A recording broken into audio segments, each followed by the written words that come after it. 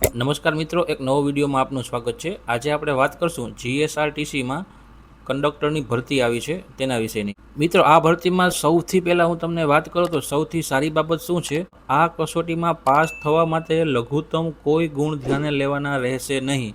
સૌથી મહત્ત્વની આ વાત છે। પરંતુ OMR પદ્ધતિથી સ્પર્ધાત્મક લેખિત કસોટીમાં 0 કે તેથી ઓછા ગુણ ધરાવતા ઉમેદવારો દસ્તાવેજ ચકાસણી માટે પાત્ર ગણાશે નહીં। મિત્રો, આમાં કોઈ પણ લઘુત્તમ ગુણ રહેશે નહીં પાસ થવા માટે। ઘણી ભરતીમાં એવું હોય છે કે 40% ગુણ આવે તો જ પાસ ગણાય। એટલે આ ભરતીમાં એવું છે કે તમારે ખાલી ઓનલી પ્લસમાં ગુણ આવવા જોઈએ। ચાલો મિત્રો, આગળની આપણે માહિતી મેળવીએ। મિત્રો, ગુજરાત રાજ્ય માર્ગ વાહન વ્યવહાર નિગમ મધ્યસ્થ કચેરી, રાણીપ બસ સ્ટેશન પાસે, રાણીપ, અમદાવાદ। મિત્રો, આપણે આજે આ ભરતીની વાત કરીએ તો ઉમેદવારોએ જે ઓજસની વેબસાઇટ છે તેના ઉપરથી અરજી કરવાની છે। મિત્રો, આજે આપણે આમાં મેન ટોપિક છે તેના વિશેની વાત કરશું। સૌથી પહેલાં તો તમારે આ વેબસાઇટ ઉપરથી અરજી કરવાની છે અને આ વેબસાઇટ છે જીએસઆરટીસી, તે તમારે રેગ્યુલર જોતા રહેવાનું છે। કંઈ પણ અપડેટ આવશે તો તેમાં આવશે। હવે આપણે ભરતીની વાત કરીએ તો કક્ષાનું નામ છે કંડક્ટર।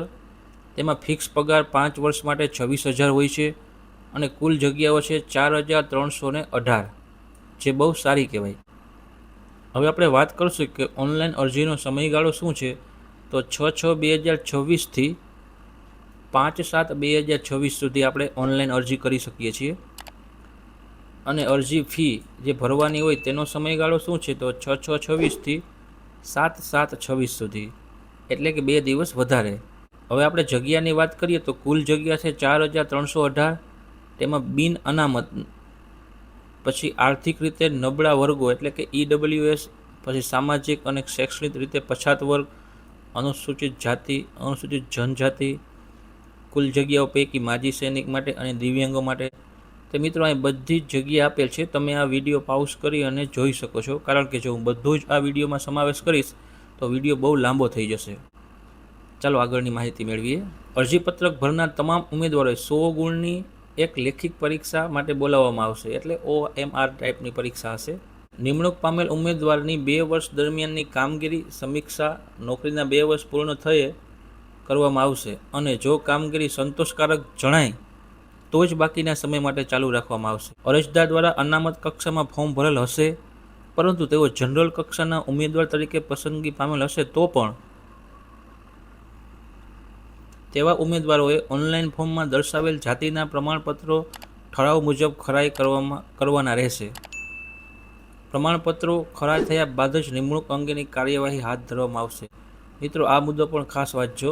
વયમર્યાદા 18 થી 35 વર્ષ હોવી જોઈએ।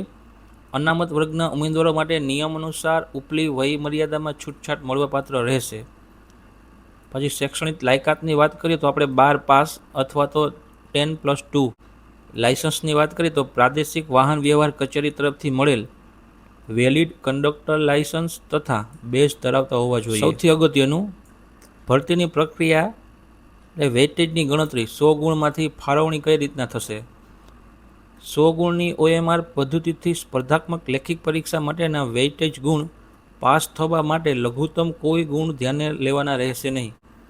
એટલે જે 100 ગુણની પરીક્ષા લેવામાં આવે તેમાંથી જે ગુણ આવે તેના આધારે જ મેરિટના આધારે ભરતી થશે। મિત્રો, કદાચ પહેલાં આમાં એવું હતું કે 12 પાસ હોય, પછી કોલેજ કરેલ હોય, કોઈ બીજો અભ્યાસક્રમ કરેલો હોય તો તેના ગુણ થોડા ઘણા ઉમેરાતા હતા। હવે તે બધું જ બંધ થઈ ગયું છે। હવે આપણે જે 100 માર્કની પરીક્ષા આવે છે તેમાંથી જ મેરિટના આધારે ભરતી થાય છે। હવે મિત્રો, આજે આપણે વાત કરીશું કે 100 ગુણના પેપરમાં શું શું આવશે। તો સૌથી પહેલાં 20 ગુણનું આવશે સામાન્ય જ્ઞાન, ગુજરાતનો ઇતિહાસ, ભૂગોળ, ગુજરાતના વર્તમાન બનાવો, જે ધોરણ 12 કક્ષાનો રહેશે। પછી આપણે 10 ગુણનું આવશે રોડ સેફ્ટી, 10 ગુણનું આવશે ગુજરાતી વ્યાકરણ, 10 ગુણનું આવશે અંગ્રેજી વ્યાકરણ, 10 ગુણનું આવશે રિઝનિંગ, 10 ગુણનું આવશે નિગમને લગતી માહિતી, ટિકિટ અને લગેજ ભાડાના ગાણિતિક પ્રશ્નો, 10 ગુણનું આવશે મોટર વ્હીલ એક્ટની પ્રાથમિક જાણકારીના પ્રશ્નો, પ્રાથમિક સારવાર અંગેના પ્રશ્નો અને કંડક્ટરોની ફરજો, જે 10 ગુણનું હશે।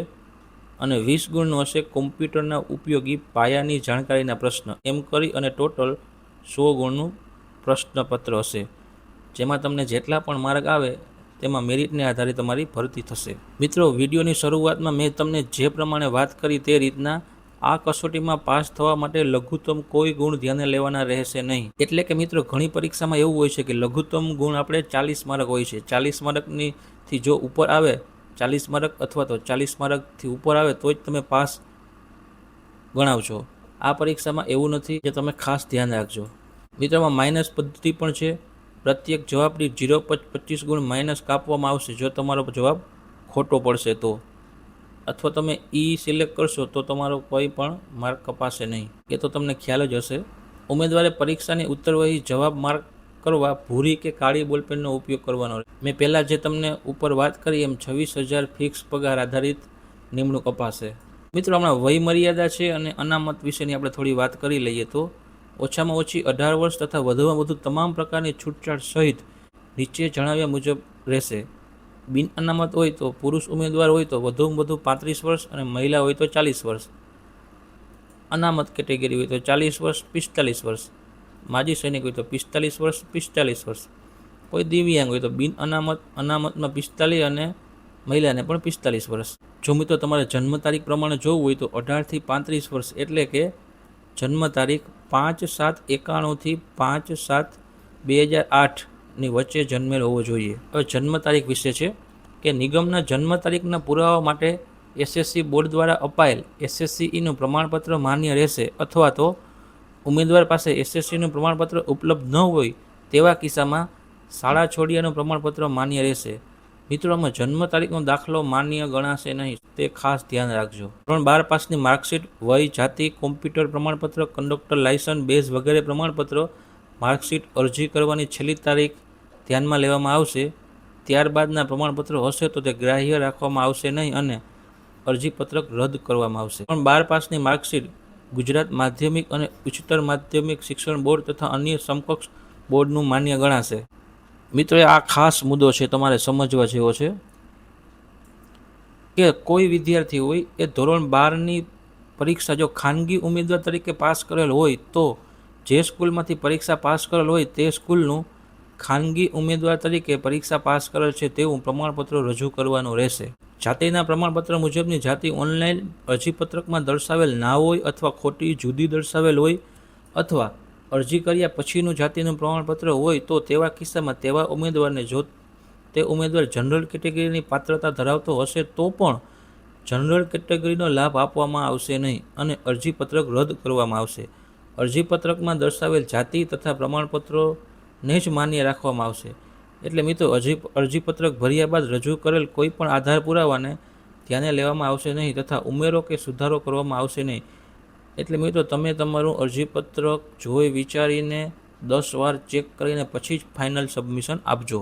મિત્રોમાં ફીની વાત કરીએ તો બિન અનામત વર્ગ માટે 300 રૂપિયા પ્લસ GST છે અને અનામત વર્ગ હોય તમામ કેટેગરીની મહિલા, અનુસૂચિત જાતિ, જનજાતિ, આર્થિક નબળા વર્ગ, દિવ્યાંગ અને માજી સૈનિકો માટે 200 રૂપિયા પ્લસ GST તે આપણે ઓનલાઈન ફી ભરવાની રહેશે.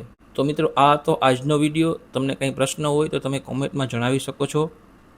જો તમે મારા ચેનલમાં નવા હો તો ચેનલને સબસ્ક્રાઈબ કરજો, વિડીયોને લાઇક કરજો, શેર કરજો. આભાર મિત્રો.